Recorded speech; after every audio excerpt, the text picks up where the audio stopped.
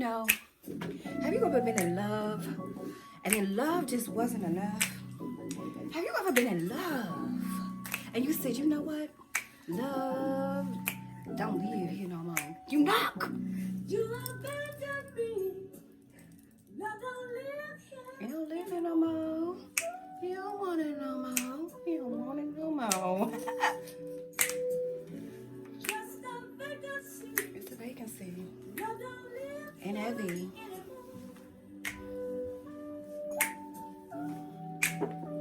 We in the Merlin, the M. Alexa, stop music. Hey, welcome to Your Good Girlfriends. We always have some shenanigans with us when it comes to bringing you guys good content, and today is no different. We have a very, very, very interesting topic, and today is all about love and relationships and what happens when you realize that love is no longer enough, or love just don't live here no more. You don't live here no more. You don't want it no more. You don't want it no more. Let's go. Little kitty there. So Shahira, Yes. the question is, if you were in a relationship Yes. and you realize that the person that you're in this relationship with, you no longer are in love with, would you be able to let that person go to save yourself and to save him? Absolutely. In a relationship. Yes. Yes, absolutely. Because the person could be a good person, but they just not that person for me. You know, and I feel like there is a vibe, there's a connection, there's something there that you just vibe with. Dating, because you're really looking for the long term, somebody that you could spend your forever with. And there are so many key principles when you're dating, and not to say that everybody's perfect, because you're going to constantly go through different changes in your life. Life brings you certain blows, and it shifts you as a person. One minute you could be a complete extrovert, and then something happens in your life that makes you an introvert and makes you reserved and makes you want to stay in and not want to be around anybody. And that just shifts your whole lifestyle. And so the type of person you need at that stage in your life changes, and that part of happiness changes too. So I absolutely do feel like if I have someone that is a good person, but they just not that person for me, I would let them go. And not necessarily for myself, but for them. Because I can no longer serve you. And it's really on that person to say, you know, I'm really willing to fight for you because I know that you are my person. And so, you know, I think it also goes down to biblical purposes as well. You know, a man that findeth a wife findeth a good thing. And that core, if he sees something in you and he knows that his spirit and his shining eye says, this is what God told me has been sent to me, and y'all, you know, you feel it and y'all can have that connection, then that's a whole nother level. That's some other stuff. You're talking about spirits, and maybe somebody's talking on a carnal level where they're looking at it like, you know, I'm scared, maybe some childhood stuff. So it's levels to that. But for myself, yeah, like I would much rather at that place in my life know if that person can be happier without me, I would definitely let them go. You being married, like how would you handle that, being married and you get married and you think that person is your person, and then maybe year 15, you're in the marriage 15 and you guys have experienced so many different things in your life, and that person may not have necessarily cheated or you know, robbed the household, and what they say, cheat, beat, steal, whatever, lie. I don't know, but so being married, seriously, like, you know, now, what would you do if you no longer felt like this person no longer served you in your marriage and your family? Yeah. So honestly, like I think in being married, and I can only kind of speak from my marriage because I believe that everyone has different marriages and, you know, different makeups of what marriage looks like to them, right? But if if I am with my husband and I feel like I'm no longer in love with him, I think it would be a conversation. Like, Absolutely. you know, I would sit down with him and tell him, you know, like what I'm feeling, what I'm going through, kind of see where he's at with it, Right. you know, and kind of gauge it from there. I really believe that marriage is a beautiful thing, and I think it also takes some work to Absolutely. to keep it strong and thriving and fulfilling and all those great things. Absolutely. Especially as you gain more years Absolutely. being married. So I think it's really a conversation, and honestly, it's a conversation that should be ongoing. Oh, absolutely. Throughout your check-ins. Throughout your marriage. I absolutely believe that husband and wife should check in with each other just to make sure that we still good, we still moving at the same pace, we still on the same page, you know. I'm still doing it for you, you still doing it for me, you know. Especially when you start adding kids to the mix and you start adding jobs and just life in general, you know, that you have to kind of you know, deal with and navigate. So I think it's a conversation.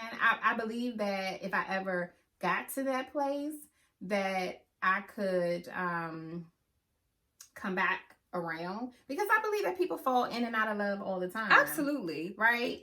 Absolutely. So, even with girlfriends. Let's just talk about marriage and relationships, but even with girlfriends, because you go through different stages of your life, and you had that childhood girlfriend who was where you were, where y'all were like pop locking and dropping it. And then now you guys are not pop locking and dropping it no more. You're married, you have a child. You know, that girlfriend may be married, but they don't have kids, but the lifestyle differences. They may still, her and her husband may still, you know, hang out and go to the casinos, travel, whatever. But your lifestyle, your husband and your life, you guys may be more homebodies. You all may be more Netflix and chill. Not negating that the relationships between the two of you can change, but just the mindsets. And so with that, you know, you love your girlfriend, but is love still enough to sustain that relationship? Do you let that go and say, you know what? You know, it's so funny because it's a thing. I don't know what the thing is, but it's always like when it comes to like relationships,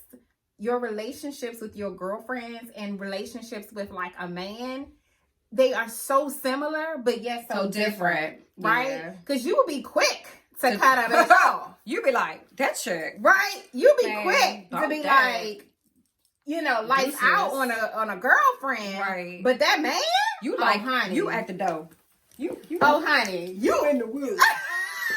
you straddling the fence. You like, you honey, know, I fight for you. You are cheated. You done lied. You doing the most. But that girl, you ain't riding down like that. You ain't in the woods for the girlfriend. No, you not. But that dude, you like, let me pop off. Honey, let me do whatever. Honey, but I think that has a lot to do with the intimacy of the relationship. Yeah, that like connection. That connection. That tie. That so tied that just gets you. Okay? Really? Okay. Anyway, so it's just so interesting, you know, because relationships are relationships, but when it comes to girlfriends and relationships with men, it's just like, or women, it's just totally different. You know what I mean? Totally different. And it should be, but let's bring it back. Is love enough all the way across the board? Is love enough, or is it the principles? And I believe that there are principles that you definitely have to look at when you look at a person, period. Yeah. And, you know, we are going to go through issues with people. You're different. So you're going to go through disagreements. You're going to have to fight. You're going to have to fight for that person and vice versa. And you fight sometimes for that person is to fight for them for themselves. Yes. Because, you know, some people don't even see, they can be at the darkest, lowest part of their life, and they project their darkness off on you in a totally different way. And you have to be able to be so connected that you're able to see that and say, you know what, you're broken, you're hurt, and that what you're going through is not me and where I'm at, and be able to be mature enough to give them that time and not necessarily cut them off as a friend or a spouse, but, you know, seek that type of, I guess, counsel or relationship to do that. But then that also goes to that small part, or is love enough? Yes. And so you just basically answered the question, because like that space to let them go and Figure it out. Be free great. and figure it out is letting them go. Yeah, but then at the same token, you could also be saving them. I'm As here a for friend. the save. I'm here for the save, and I'm here for the let go. We just trying to get to the answer. Okay. You know? So dating wise, I don't think it's enough. I think you need to let that person go.